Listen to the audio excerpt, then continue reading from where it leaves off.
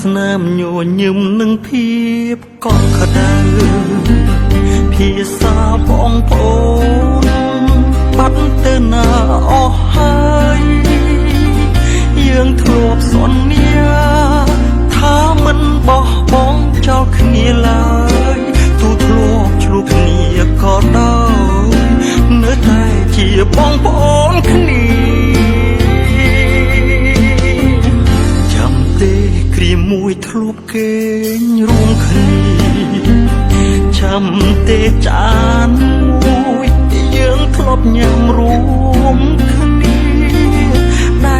ដ៏ស្អរទន់ធ្លាប់ជួបទឹកភ្នែកលួងលោមគ្នា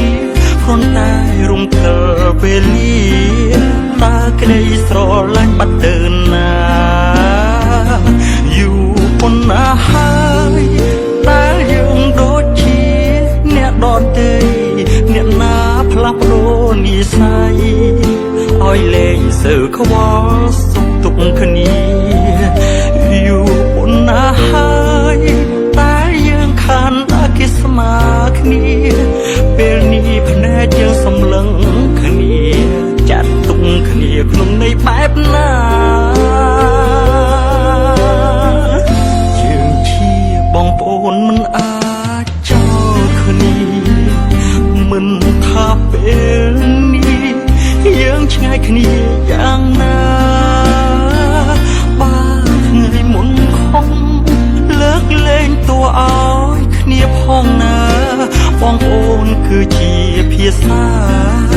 ដែលស្ដាប់ឮហើយមិនឯកោ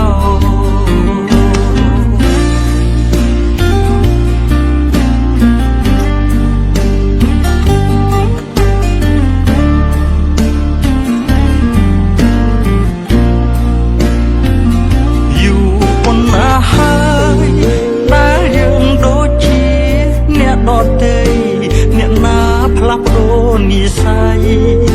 ឲ្យលែងសើខ្វល់សុខទុក្ខគ្នាយូរប៉ុណ្ណាហើយ